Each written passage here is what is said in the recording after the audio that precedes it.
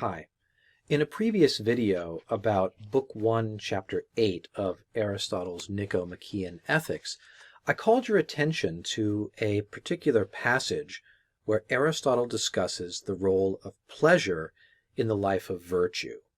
At this point, he's defending his definition of happiness as active virtue, and one of the points in favor of it is that the life of active virtue is pleasant.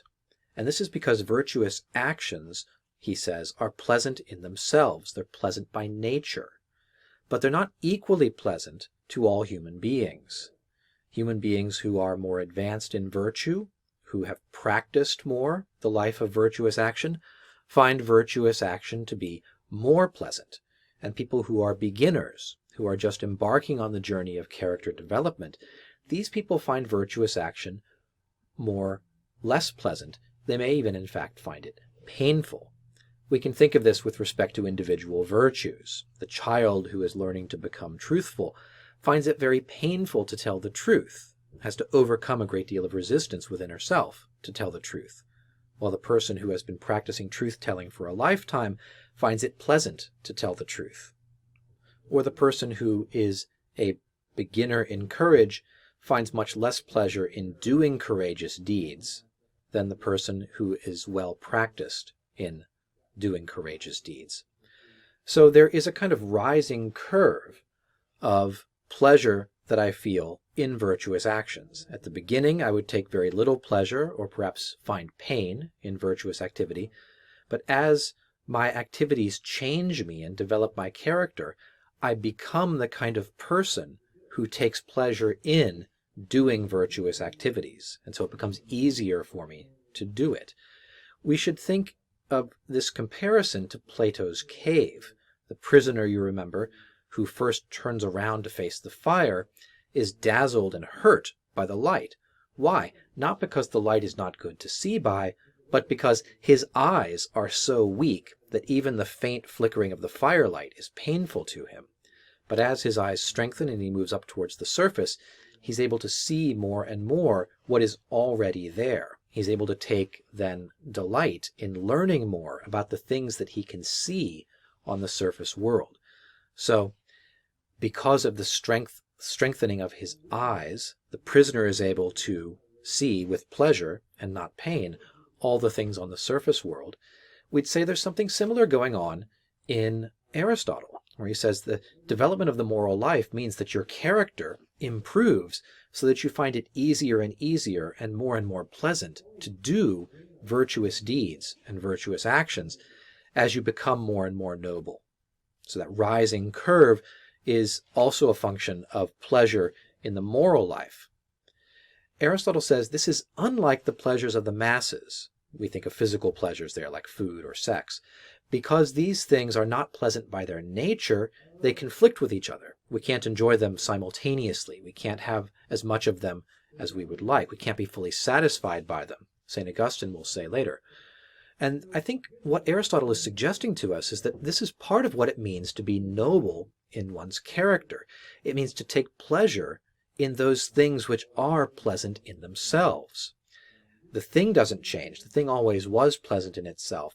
But now I have the ability, the taste, the palate, if you will, to appreciate the pleasantness that was always there in these virtuous actions.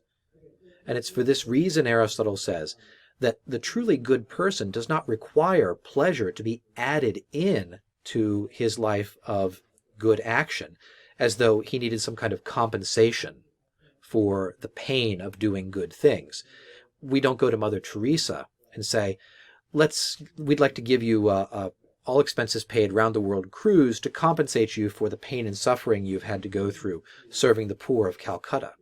That's not the way that it is with Mother Theresa.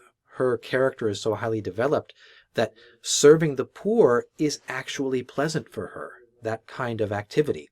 And it could be pleasant for you if you were to do it and become practiced in it. That's part of what it means to be noble in character. Or if the word nobility puts you off, let me say, it's part of what it means to be a morally mature human self, to take pleasure in these good actions. We can compare this to a passage from Book 2 of Plato's Republic, where we had some discussion of which category of goods justice falls into. If you remember, Socrates claims that justice is good in itself, and so we don't require any sort of extra compensation or pleasure to encourage us to be just. We're simply attracted to justice once we appreciate and discover what its true nature is. I think Aristotle is saying something similar here regarding the quality of virtuous action, and that is happiness. We are drawn towards it and we find it pleasant, so we don't need to imagine that somehow we have to be paid or compensated in pleasure for doing good actions. That's a juvenile, less developed style of thinking. And so my final point about this passage is that Aristotle seems to be telling us that perfection of character brings pleasure in the activity, if the activity itself is pleasant by its very nature.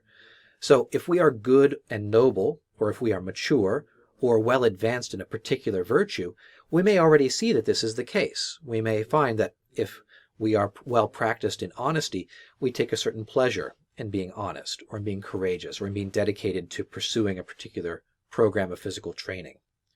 If we're not virtuous, if there's a particular virtue that we struggle with, whether it's honesty or chastity or courage or some other virtue, this could be a promise or a hope that Aristotle holds out to us. Maybe we're at just the shallow end of the pleasure curve, and as we move more up towards the surface, as it were, of the moral life, more towards moral maturity and full moral selfhood as an adult person, the more pleasant we will find the things which at first we have to follow in a sort of grudging, we have to do in a sort of grudging rule-following way, like, oh, I have to go do this thing again.